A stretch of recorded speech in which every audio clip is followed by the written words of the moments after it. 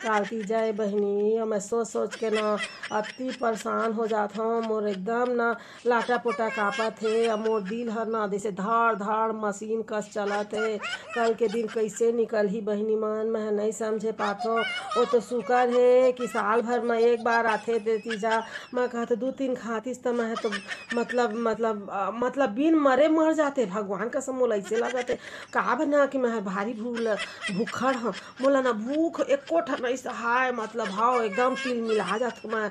मोला भात नहीं मिलता वही तो, परंतु नहीं रबे ना तब होता है मैंने सबके मुंह में समास नहीं ऐसे टाइप के हो जाते। हाव यदि रहीस नहीं करके। हाँ और काय बाहर के काय गोठला गोठियाबे मोर घरेच वाला, मतलब मोला अतका ताना पाना मार दी ना कि ऐसे लगी दे जाते कल बने महा रही जाते तो ऐसे है ना।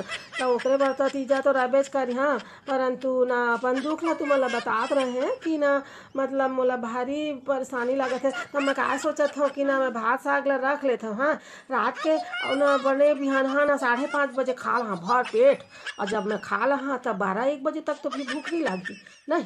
और फिर देखिए आगे के काय कैसे काय करना है करके नहीं। हाँ हैप्पी तीजा।